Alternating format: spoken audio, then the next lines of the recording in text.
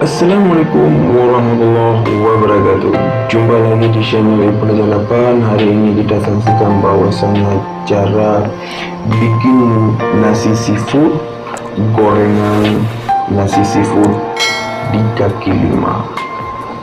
Dan jangan lupa simak video ini biar kita tahu jualannya kaki lima memang luar biasa. Oke guys, coba kita lihat orang-orang yang beli nasi seafood dari Padang yang begitu beramai orangnya, yang tidak berada terhenti tentunya.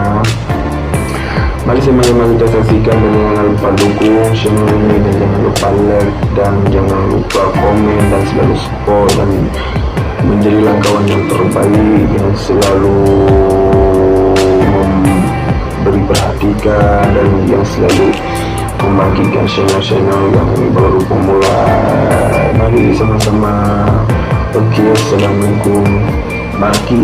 Assalamualaikum warahmatullahi wabarakatuh. Mari sama-sama kita lihat video ini sampai habis supaya kita jangan ketinggalan. Oke guys.